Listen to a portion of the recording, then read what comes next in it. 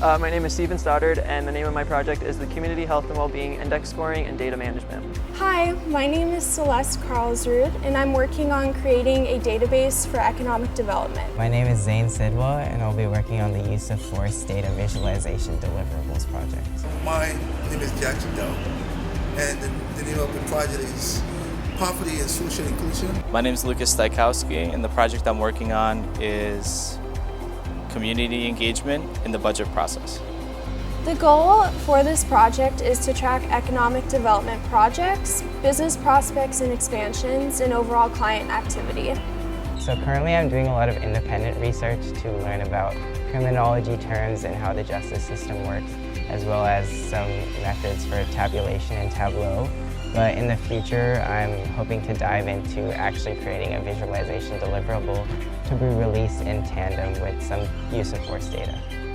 I'm hoping to learn from this internship what it's like to work in a local government setting, what it's like to work in a professional setting, and all the work that goes on at the base level, entry level, grassroots level, so to speak, and how local governments work to resolve the issues that they face. The plans for after this internship is hopefully graduate from the MEP program at ASU, and then potentially get into either working in the private sector or the public sector in urban planning.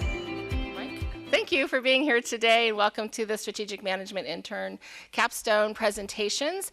And I invited Andrew Ching, our city manager, to say a few words. Thanks, Boydell. It's great to see everybody here today. I really enjoy these presentations that we've seen in the past, and I look forward to the ones we're going to be seeing this afternoon.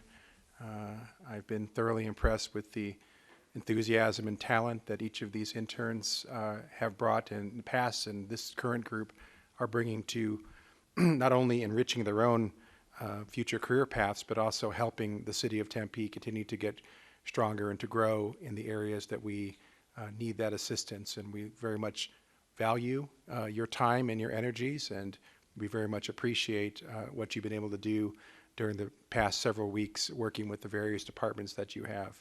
So I know we're all eager to see each of the presentations, so I'll stop talking into this lovely new microphone here and take my seat in the audience so I can watch them all. Thank you. Thanks, Andrew. So I'm Wydell Holmes with the Strategic Management Diversity Office, and I'm really glad you all accepted our individualized appointments that we put on your calendar for today. We have 5 exceptional interns that are going to present today. When a team of us interviewed them back in August and in July, we really felt like, boy, the future is in great hands, especially in the public sector, and so I'm excited to share with you the work that they've done today. Back in September of 2018, we started our first ever centralized strategic management intern program.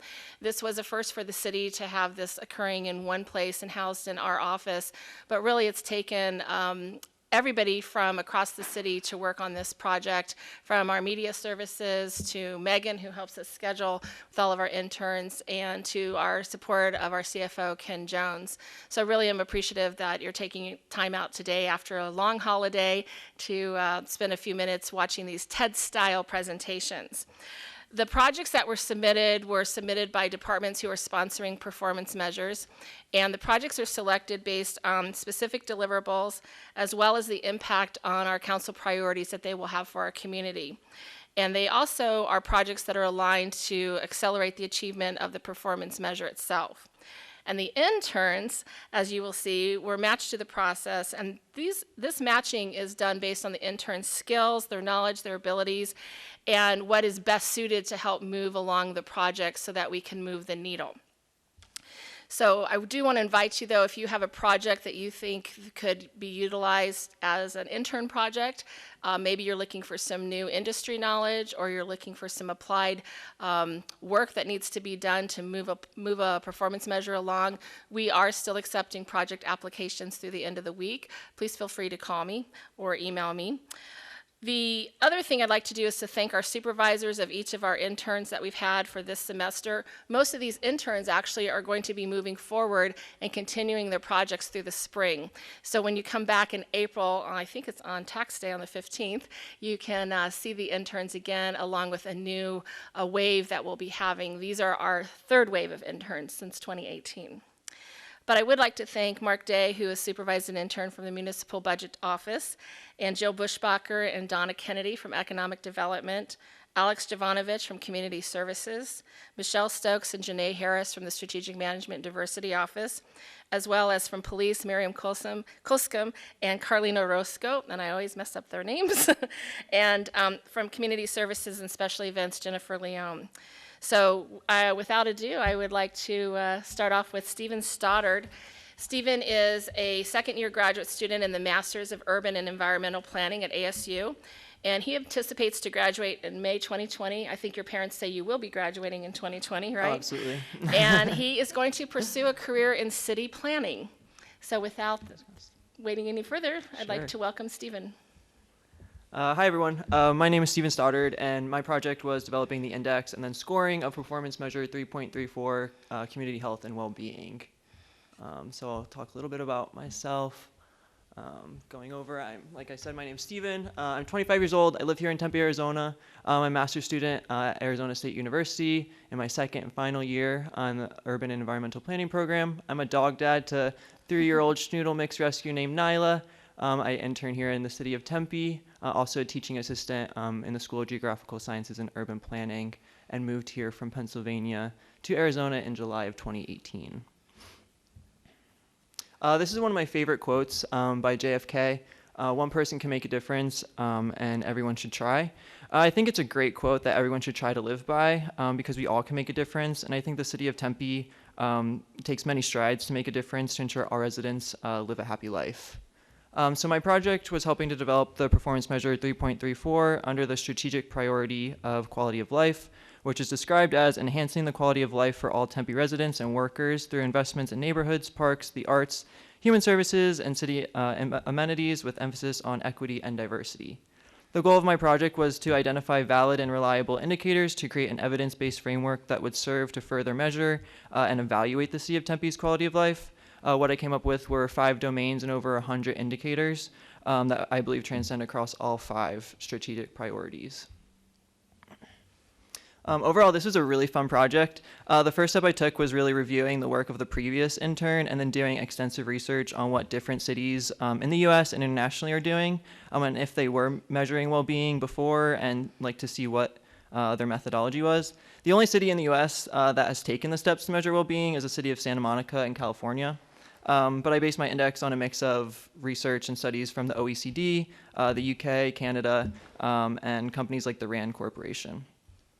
Next, I thought it best to define this broad topic of well-being since no single definition really exists. After that, I collected the data to then be able to organize the scoring index into 5 domains, each with their own set of measures and then numerous indicators. Well-being is not only GDP and how well off a society or city is, but it encompasses much subjective and objective data. And Tempe already collects a lot of data, which is really good. I was able to filter and select the data needed for the index by using some of the performance measures that already are being measured. The most challenging part was actually developing the scoring system itself. As many of the indicators were either percents, proportions, or ratios, I really needed a single unit of measurement to measure well-being. And as you can see on the slide, I used a scoring scale from 0 to 6 based on specific criteria. And then I totaled each measure's score in each domain. And then you can see here the results of what I got. So scoring Tempe with a score of 58 out of 100. Looking at the 5 domain scores, you may think healthy populations needs the most focus, but looking deeper at the domain measures, community vitality, social capital requires the most focus because that score is 11% out of 100. That's followed by mental health and healthy populations and active citizenship and democratic engagement. Social capital, or the social connections and networks people in a society kind of make, scored so low because data wasn't available for 2 out of the 3 measures.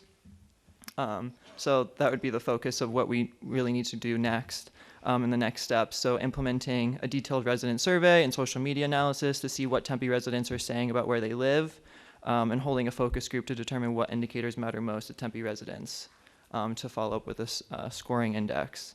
And this really seeks to make sense of how satisfied people feel about their lives and to pinpoint the things city officials might coordinate to help improve those lives. And finally, I suggest increasing the scores of the 3 low scoring measures to improve the overall well-being for the city. Some takeaways from the internship. I made a lot of really new connections with a lot of the great people working here in the city, and I'm also a lot more confident in what I would like to do post-graduation. I think I really appreciate the work that the city does, and I could see myself continuing to work for the city should an opportunity arise. And finally, I completed the project and gave a presentation, so I can add that to my cover or my CV and my resume, and make me a little more attractive to future employers. And finally, I just want to say thank you to the Office of Strategic Management and Diversity, and my supervisor, Alex, and everybody that I connected with in the city to gather all that data working on my project. So thank you. Thanks, Stephen. So, thank you. Very nice.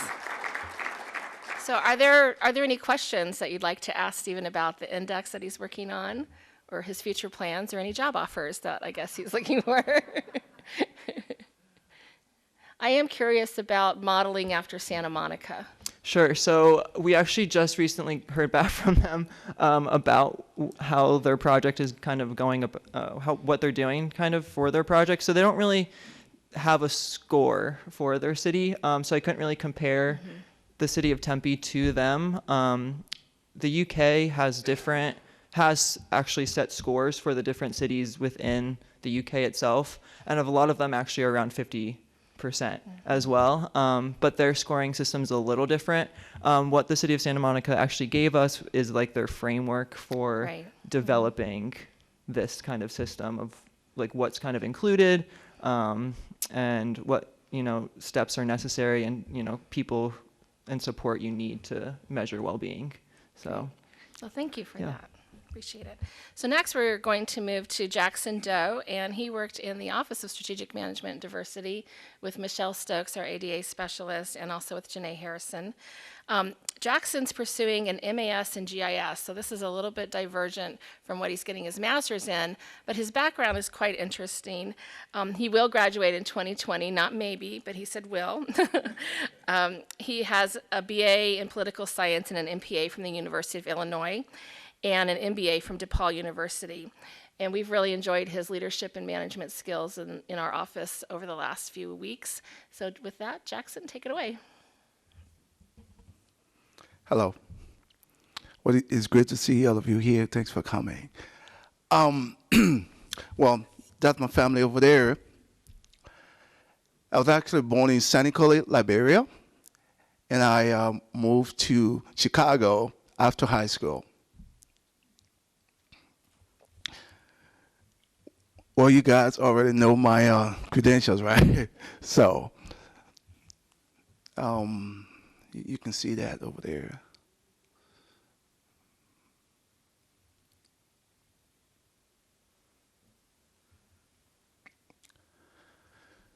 So I actually was an entrepreneur in Chicago for about 8 years. I had a cleaning company there, and after that, I was hired by a state-owned oil and gas company in Liberia.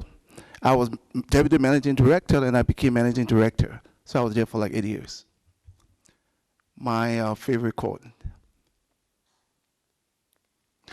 "There's no exercise better for the heart than reaching down and lifting people up."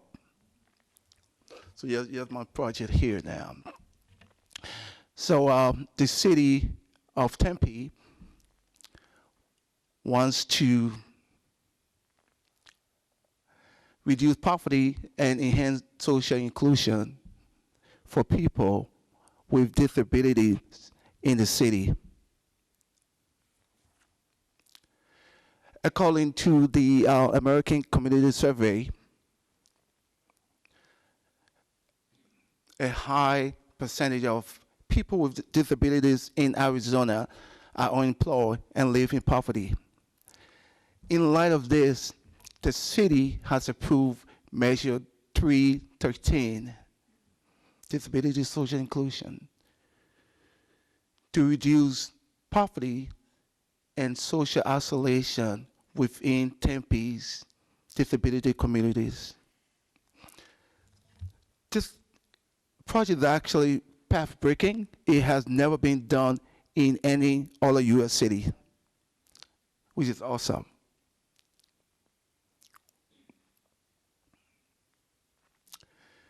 In this connection, my boss, Michelle Stokes created a matrix to make sure that the city achieves performance measure 313. The matrix have 5 focus areas: communication, housing, employment, transportation, and services. Each area is worth 20 points, totaling 100 points. Methodology. So we use brainstorming, we did some research, we did surveys as well as focus groups. We had some challenges. So there was a lack of relevant data on people with disabilities. There was indirect contact with many disability communities, which was very problematic. 3, reluctance of some to disclose disabilities. Apparently, a lot of them were uncomfortable doing that. And last, not enough information on people working with the cities who have disabilities. So those were like 4 challenges that we had or we faced. Next steps. 1, create right tools to measure the performance of our 5 focus areas. 2, develop direct contact with disability communities. 3, training for city employees regarding disability issues. Last, update Access Tempe website. 3 takeaway. Leaders of Tempe are visionaries. 1. 2, the city really cares about its residents. And last, people with disabilities can serve the city in meaningful ways. Thanks.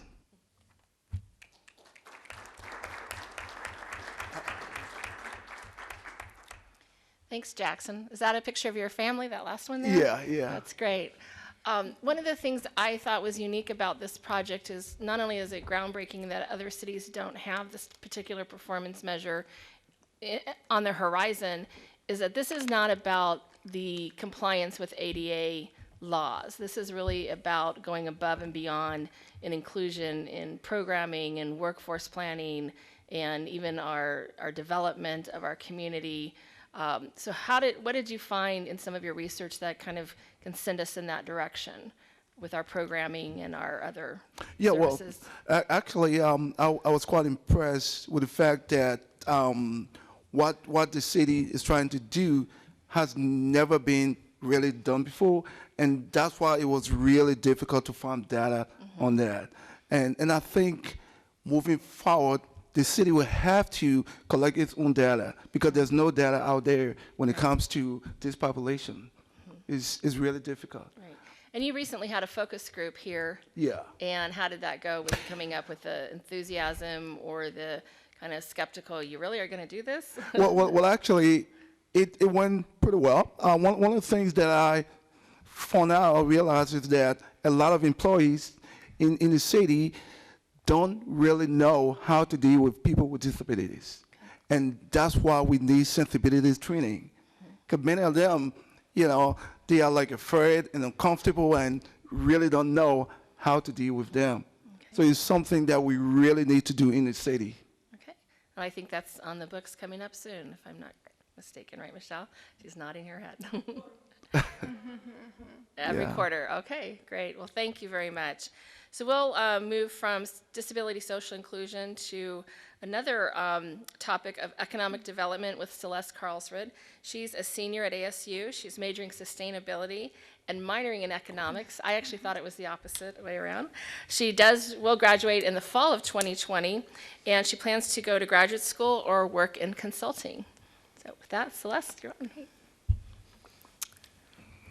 Hi everyone, thanks for coming. My name is Celeste Karlsrud, and I'm studying sustainability with a minor in economics at Arizona State University. I love to spend my free time with my pets, family, and friends. I also enjoy time in nature and traveling. Also, this past summer, I traveled to a rural community in Panama through a nonprofit called Global Brigades, where I provided consulting services to local business owners. The goal is to turn data into information and information into insight. This is a great quote I found by the president of HP.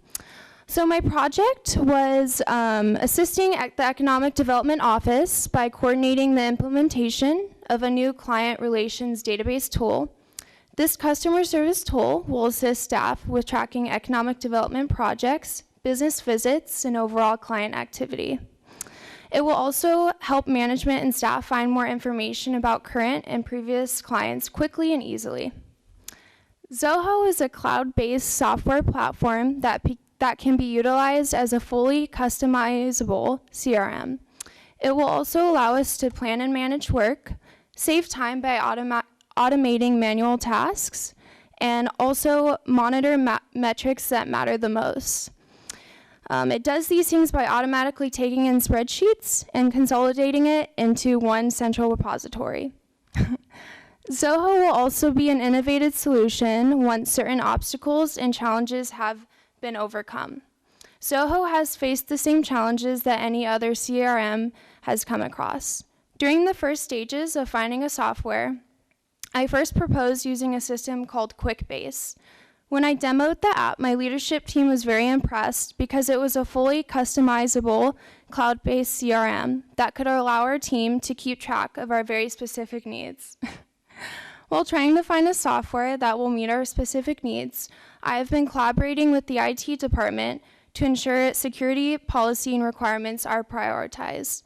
Alongside this challenge, I also had to make certain we can implement a software that is affordable.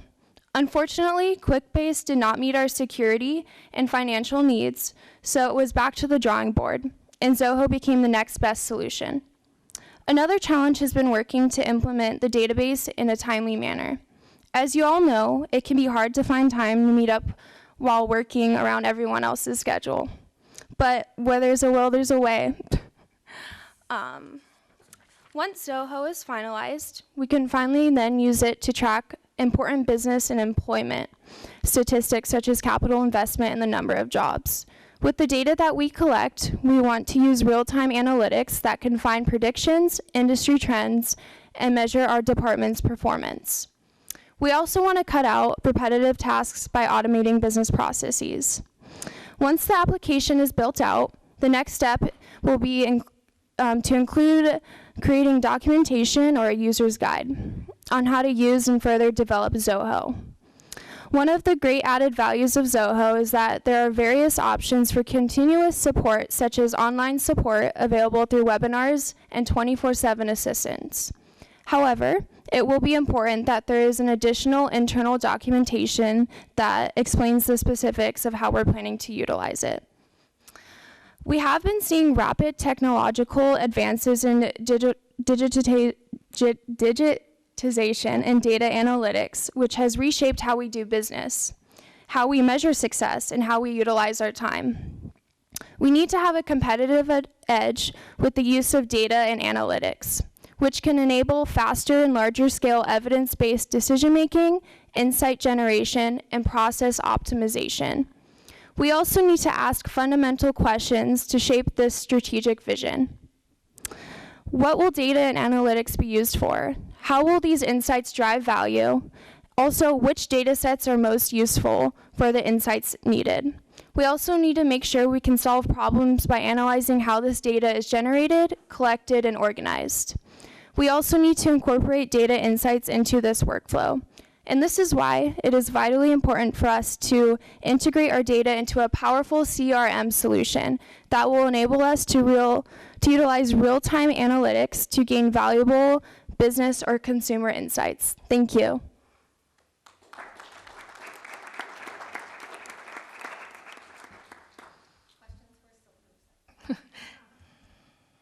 Questions for Celeste?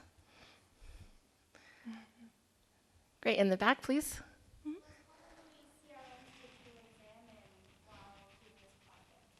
That's a great question. Sorry, my voice is screechy.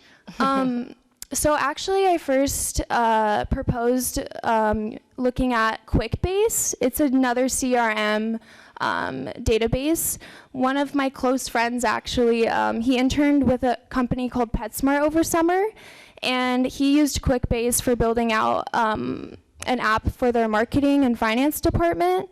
And when he showed me the app, which he got explicit permission from them to show, it was amazing. It was like easy to use, and you can literally build anything from scratch. And I thought that was something we could utilize since we do have very specific needs.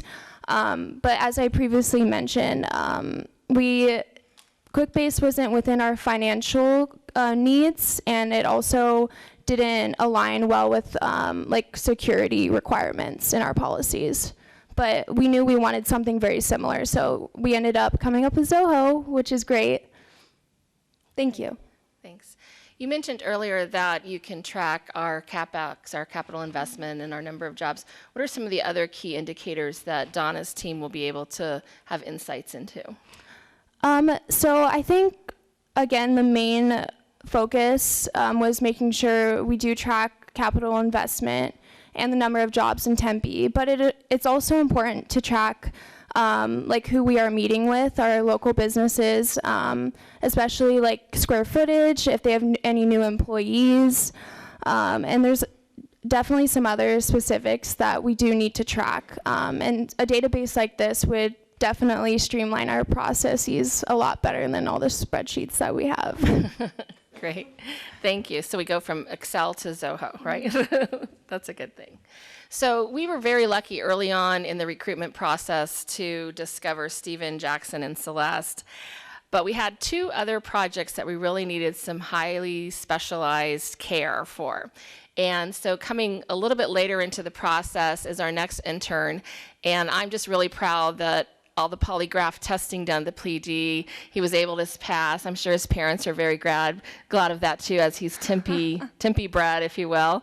So I'd like to introduce Zain Sidwa. And Zain's a WP Carey business student in Barrett Honors College at ASU. He's double majoring in data analytics and accounting. And he's an active staff member of Arizona Microcredit Initiative, which is a nonprofit run by students that helps support small businesses. And serves as a fundraising chair on the Circle K International at ASU. So with that, Zain, we'll turn it over to you.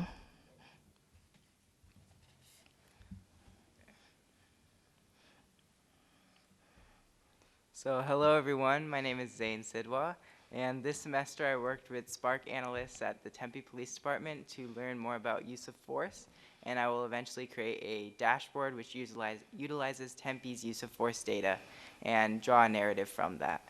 And I just want to thank my supervisors, Carlene and Miriam. Just a little bit more about myself. I am a freshman at the WP Carey School of Business, studying data analytics and possibly accountancy with a certificate in international business. I was born and raised here in Tempe, Arizona, so I've seen the city grow for the past 18 years, and I'm truly invested in making it a better place to live in. And one of the ways that I think we can do so is through the use of data. So you may or may not have heard this quote before, data is the new oil. It emphasizes the fact that data is valuable, but without refining it, without aggregating it into meaningful information, it's useless. But this isn't to say that we as a society should rely solely on data to solve our problems, because sometimes human intuition is a much more effective means of approaching a situation or problem.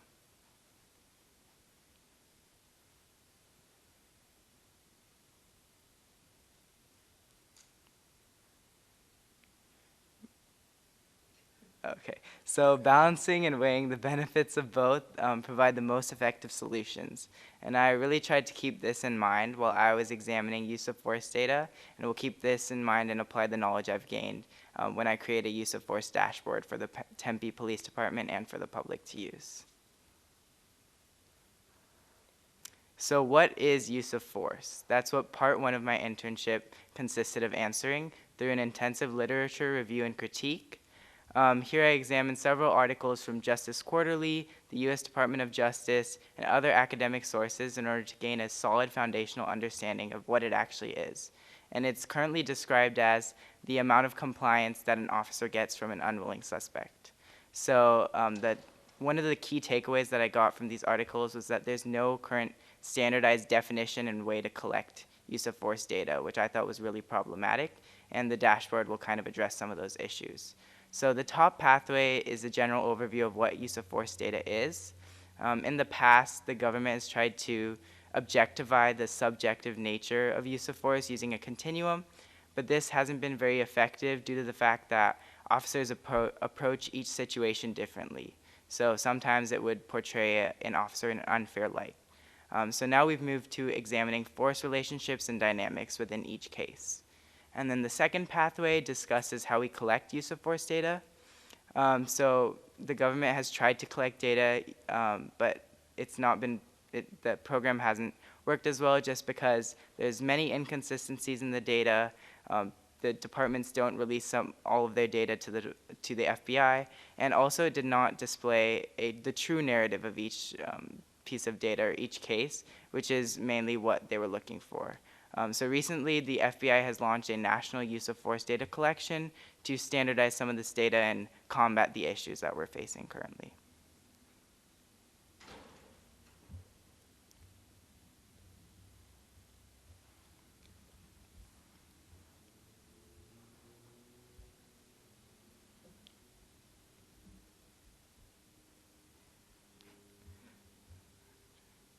Okay, so in addition to the literature review, I examined other visualizations that police departments across the country have released.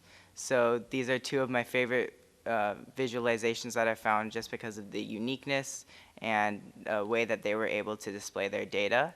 And I worked with Spark analysts at the department to create a mock visualization using some Tableau software tutorials and reviewed the data and trends which emerged from that. And I gained a solid understanding of what narratives you can derive from data. And so, like most of the interns here, I'll be continuing in spring of 2020, and I'll create a finalized use of force dashboard, which will provide many benefits to the public, including data accompanied with a narrative, which I think is really important.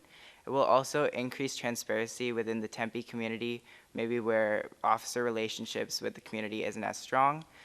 It will enable the department to track officer performance, to study emerging patterns and trends, and hold their department and the officers within it accountable, all while influencing future use of force related policy. So next time when I present, I hope to present the final use of force dashboard. Thank you.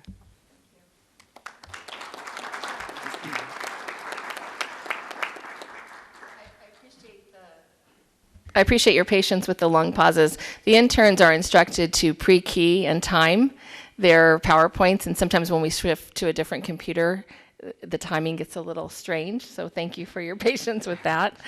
Again, this is kind of a TED Talk style. Questions for Zane, and not where did he graduate, because he graduated from Corona, right? Any questions? So how many of you have used Tableau before? Couple people are. So Zane, tell us about yourself. You're a self-taught Tableau user. Yes. Yes. How did that go for you? Well, I worked with Miriam, one of the supervisors, and we went through a few tutorials, and I'm working to sort of build my skills in Tableau as well. But it wasn't too hard to navigate the first few steps. Yeah, I think it's a great way to show use of force and definitely derive a narrative from the data, because data without like some sort of story behind it is not as meaningful. So. Great. And when you were doing your research, I know you did a lot of it prior to even being allowed in the police department Spark area. What were your main sources for that? Yeah, so Carlina provided me with a few articles, and I did an independent literature review.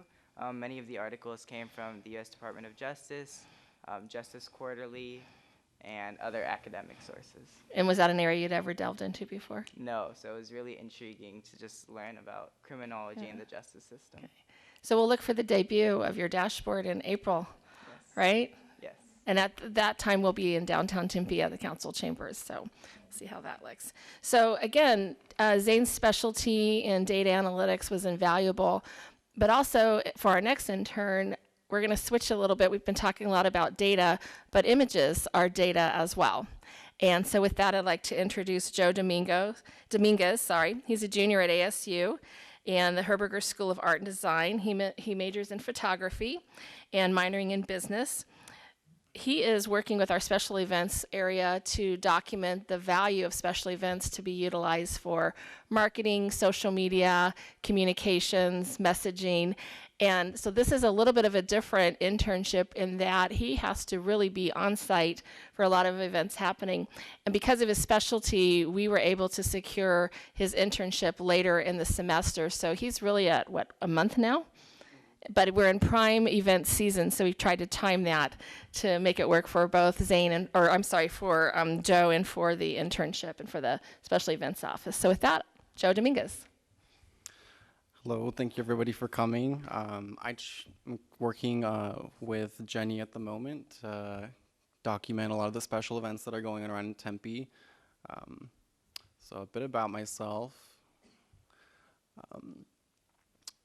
I first came across photography at a very young age. When I was my preteens, around 8 or 9, I got my first digital camera, or manual camera, I should say. It's a Fujifilm Quick Snap. They're the quick disposable ones everybody can get at Walgreens.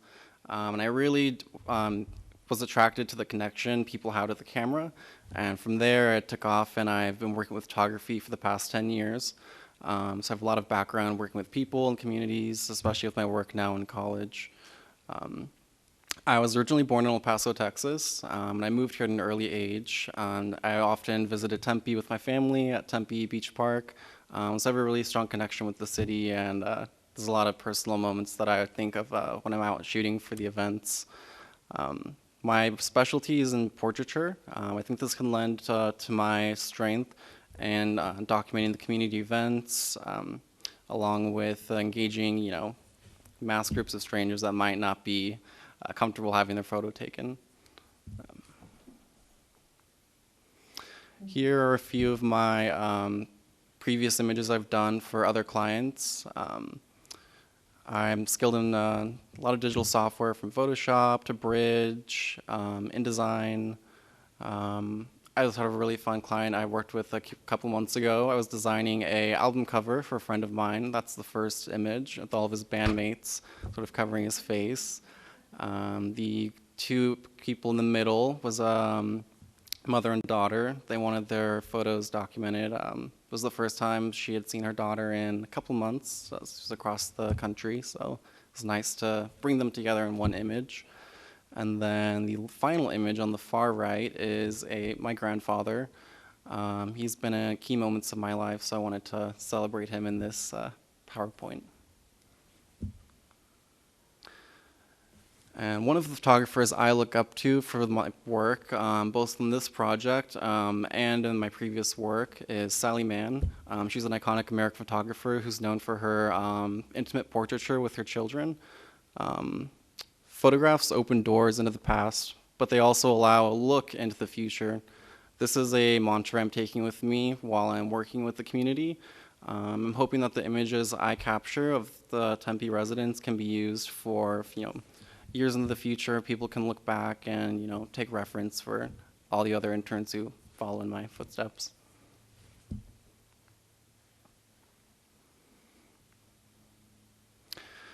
And when I first accepted the role of the special events photographer, I was asked, why are the special events important in Tempe? What do they, do for the city of Tempe? At the end of the day, they do drive community engagement, but they also foster a lot of tourism. So especially for the residents, they invite their families. We have a huge influx of snowbirds and people coming here from out of town who always reference the City of Tempe website. So these images will be used for, promoting the value that Tempe offers to the public. And so far in my internship, I've managed to photograph the Veterans Day Parade and some of the tailgate parades. So here are a few of the images that I've obtained so far. This one really stood out to me as a key indicator of what Tempe offers to the public. They're setting a really positive example for the next generation. I think this image kind of speaks for itself. A lot of young children enjoy celebrating and seeing themselves in what the city has to offer. The next photo I thought was really special. It's the two generations interacting with one another. A brigade of former veterans driving some older military-grade equipment and cars and interacting with the youth of tomorrow. I really like the way they're holding hands. And then this last one I caught just as the parade was turning around the corner and leaving. I thought it was a more unconventional take on City of Tempe. Everybody's welcome to join the parade.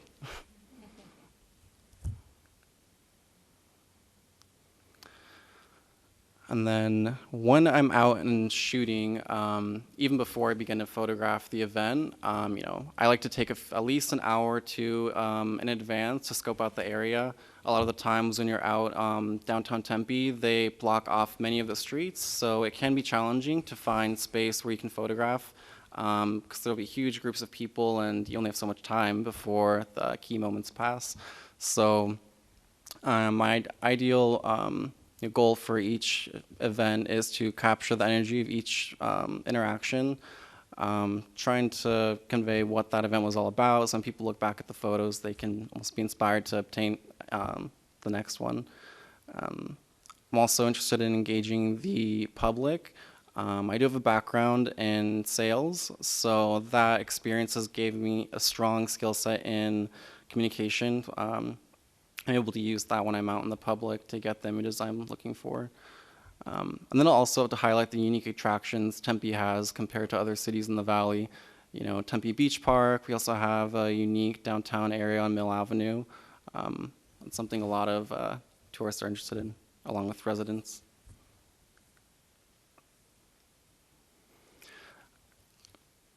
Upon taking this role, I was told that I was one of the first photo interns, so I have experienced some challenges with getting the images I'm looking for.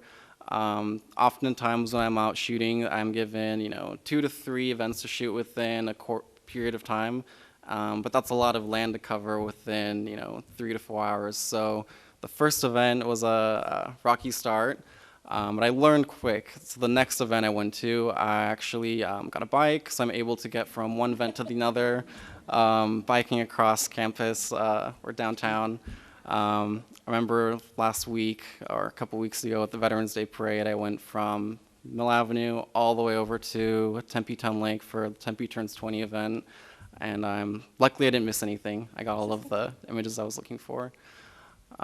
So some of the challenges I experienced were the amount of time that I have, and then the large, space that I have to cover between each shoot. So, moving forward, I think it'd be great if a lot of interns have a bike.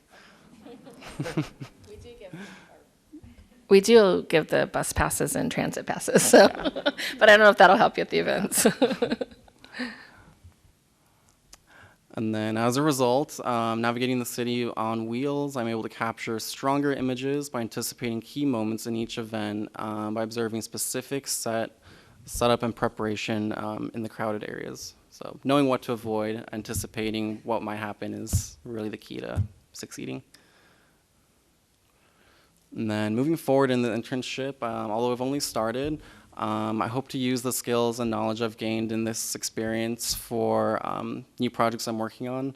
I would hope I can use this maybe in another internship in the future, potentially with the City of Tempe.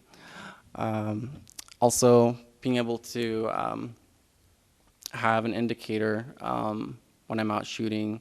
I'm sorry, I skipped ahead. I'm going to be talking about that later.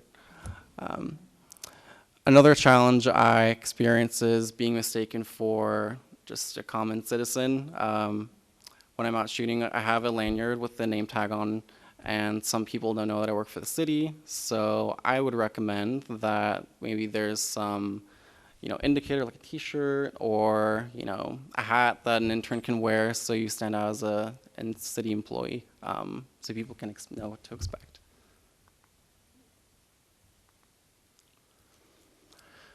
And then moving forward, as I just mentioned earlier, I'll use the experience I've gained and taking part in the internship to further my career as a professional in photography. I hope to set up my own business in the future as a photographer or collaborate with other digital marketing firms. We're bombarded with so many images from day to day. Having a strong visual communication online, having an online presence is key to any business moving forward in the next decade. So that's something I'll definitely be keeping in mind. And that's everything I've obtained so far.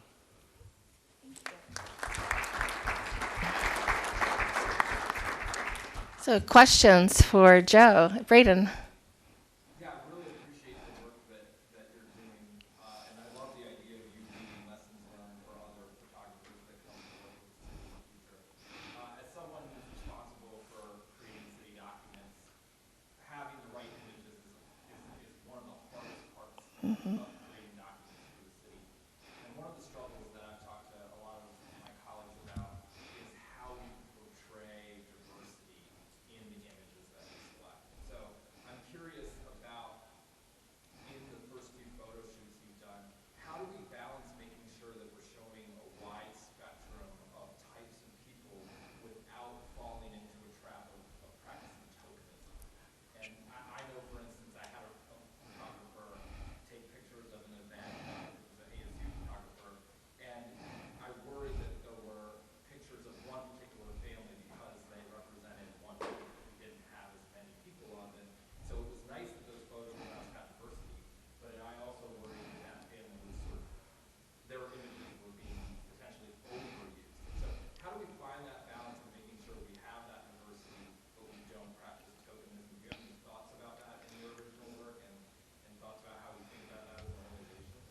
Sure, that's a really great question, and that's something a lot of businesses struggle with, is trying to avoid coming off as, superficial, not really representing what the true community looks like. At the end of the day, you can't get everything in one photo, so I think it's important to include, at least 2 to 3 images in any marketing that you do tend to share with the public.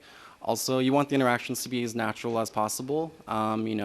You don't always have to ask permission to take someone's photo. If they're out in public, they are fair game.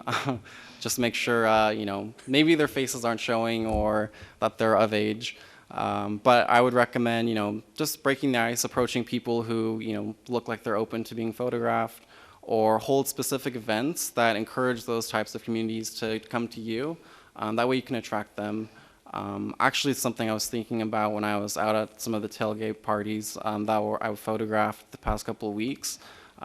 There were tons of people sharing their own images on social media. I heard people kind of bumping into different conversations, talking about Instagram and Snapchat. I think it would be really helpful if moving forward the city of Tempe provides like a little pop-up where they can actually interact with their own Instagram page or their Snapchat page if the city of Tempe had their own account there in the physical space. That way you can engage with everybody when they're passing by. It'd be more passive, but I do think that would be a step in the right direction.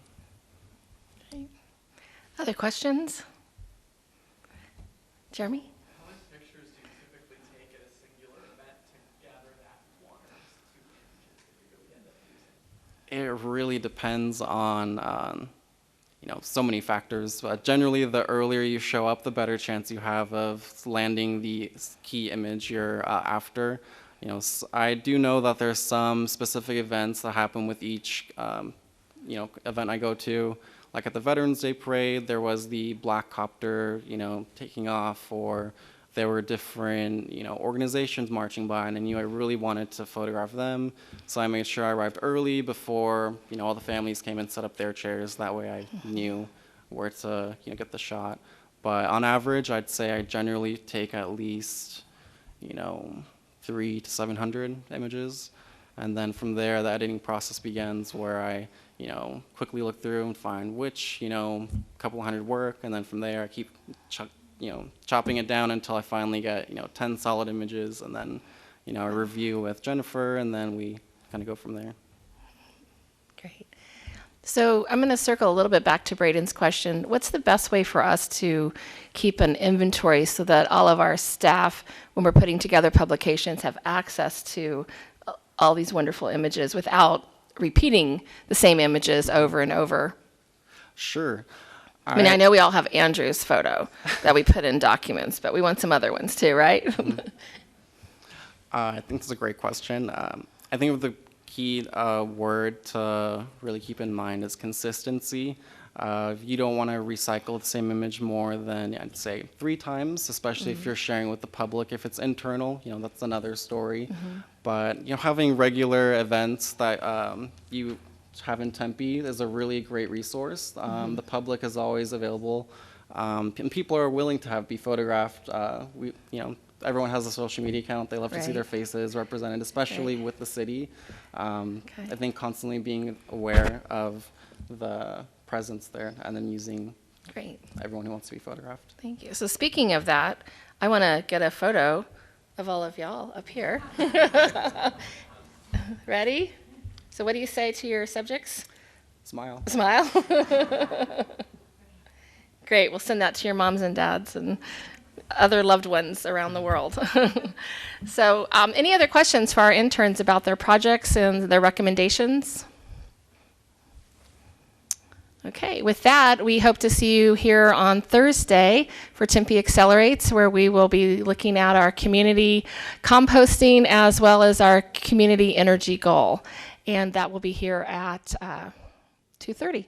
Thank you. All right, thanks for coming. Appreciate it.